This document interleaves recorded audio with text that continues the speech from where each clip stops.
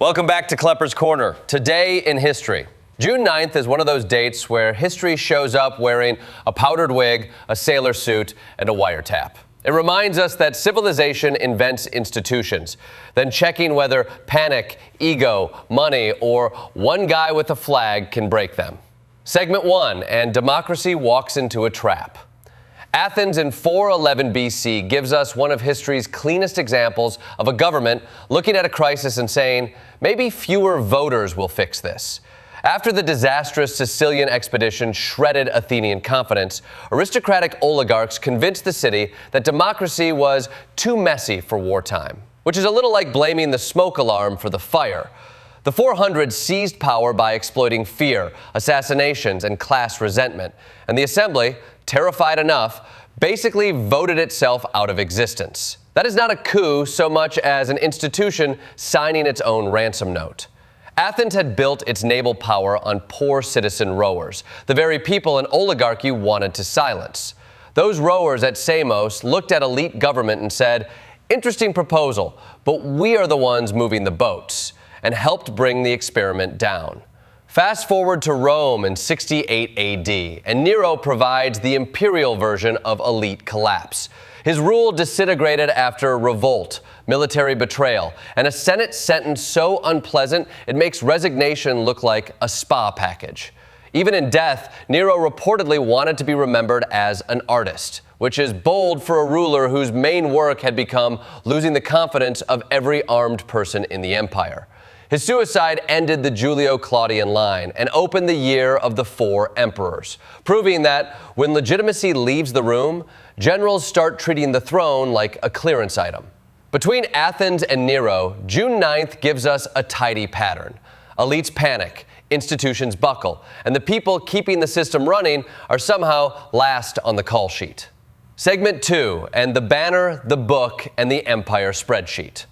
In 747, Abu Muslim Khorasani raised the black standard in Khorasan and announced the Abbasid Revolution, which is history's way of saying, your customer satisfaction scores have reached sword level. The Umayyad Caliphate had alienated non-Arab Muslims, religious critics, and enough regional forces to turn Khorasan into a launch pad. Abu Muslim built a secret network, united groups that did not normally sit at the same table, unless the table was on fire, and helped overthrow a dynasty.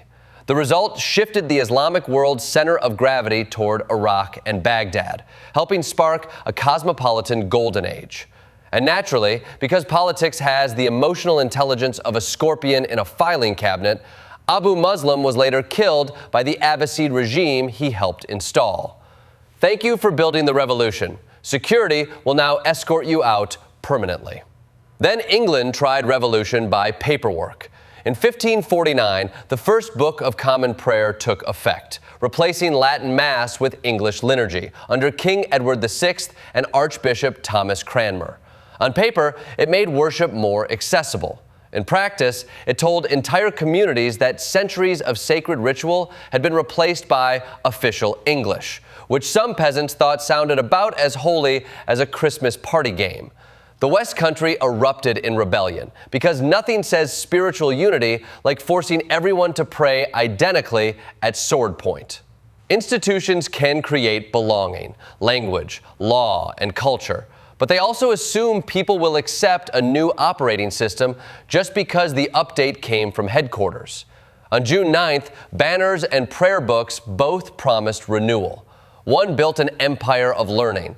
The other made villagers drag the old vestments back out like they were restoring a deleted app. Segment 3, and boats, borders, and the great humiliation machine. Military competence has a recurring design flaw. It tends to become visible right before it gets humiliating.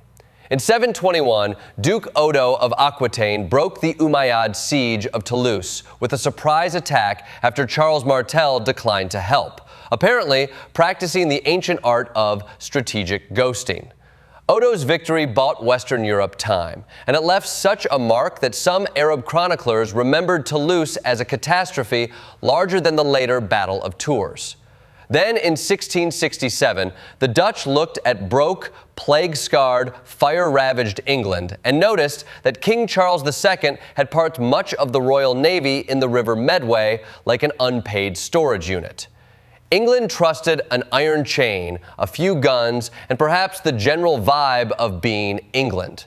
Admiral Michiel de Ruyter sailed in, broke the chain, burned ships, and towed away the Royal Charles, the flagship, as a floating souvenir of national embarrassment. Even better, unpaid English sailors reportedly helped guide the Dutch through the river out of pure wage-based patriotism. There is no defense plan quite like hope the people we stiffed do not assist the enemy. In 1863, Confederate cavalry under J.E.B. Stuart had its swagger punctured at Brandy Station, where Union cavalry proved it could fight on equal terms. The battle was technically inconclusive, but psychologically brutal. The myth of Confederate mounted superiority took a hit, and the opening phase of the Gettysburg campaign looked less like aristocratic horse theater and more like logistics with casualties. History keeps sending the same memo. Prestige is not armor. Reputation is not reconnaissance. And if your security system is one chain and several unpaid workers, maybe do not call it a navy. Segment 4 and the long lease on forever. Empires love paperwork because a treaty can make theft look like penmanship. On June 9, 1732, the Royal Charter for Georgia gave James Edward Oglethorpe and his trustees a colony that was supposed to be both a buffer against Spanish Florida and a fresh start for the worthy poor. The plan banned slavery, rum, and large plantations, which means Georgia began as a moral experiment and then discovered the colonial version of terms and conditions have changed. Very few imprisoned debtors came. Settlers got tired of the rules, and within decades, the colony slid toward the plantation economy it was supposedly designed to avoid. Then, in 1815, the Congress of Vienna signed its final act, trying to put Europe back together after Napoleon had treated the map like a napkin at a wine tasting. Clemens von Metternich and the great powers built a balance of power system that kept a continent-wide war away for decades. But it did so by stuffing liberalism and nationalism into a drawer and sitting on it. Peace was preserved, yes, but in the way a family preserves peace by refusing to discuss the inheritance until everyone explodes in 1848. In 1898, Britain leased the new territories from Qing China for 99 years, because Victorian officials apparently believed not forever meant basically forever, but with better stationery. That deadline eventually made the full 1997 handover unavoidable, because Hong Kong had become too integrated to split apart like a rental car return. Red velvet, gold seals, royal charters, leases. All very dignified, until the future arrives with a calendar and asks, who kept the receipt? Segment 5, and modernity arrives loud, fast, and slightly on fire. The modern June 9th file is a parade of human ambition solving one problem while quietly inventing 3 more. In 1928, Charles Kingsford Smith completed the first trans-Pacific flight in the Southern Cross, proving that fixed-wing aircraft could cross the enormous ocean between California and Australia. The crew endured storms, primitive navigation, deafening engines, and handwritten notes, which feels less like commercial aviation and more like 4 men mailing themselves through the sky. In 1934, Donald Duck debuted in The Wise Little Hen, giving Disney a character who could be angry, petty, broke, and annoyed. Or, as adults call it, relatable. Mickey was the company's smile. Donald was the customer service line after a 2-hour hold. In 1945, American Submarine Task Group 17.21 penetrated the Sea of Japan and devastated Japanese shipping, showing that even waters considered safe could become a trap.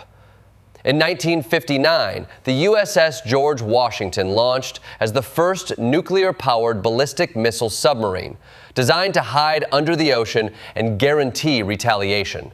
a terrifying sentence that somehow counted as stability. And in 2013, Edward Snowden publicly identified himself as the source of NSA surveillance leaks, turning the private architecture of digital life into a public argument. Aviation shrinks the world. Animation sells emotion. Submarines hide apocalypse. And the internet quietly keeps receipts. Modernity promised connection and convenience, then added metadata, deterrence, and please accept all cookies. June 9th did not just move faster than the past, it put the past on a server, submerged it, and gave it a furious cartoon duck voice.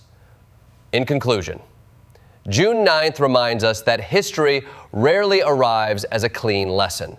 It arrives as a coup approved by frightened voters, a revolution that eats its architect, a navy beaten by payroll issues, a treaty with an expiration date, and a surveillance system exposed by the person paid to understand it.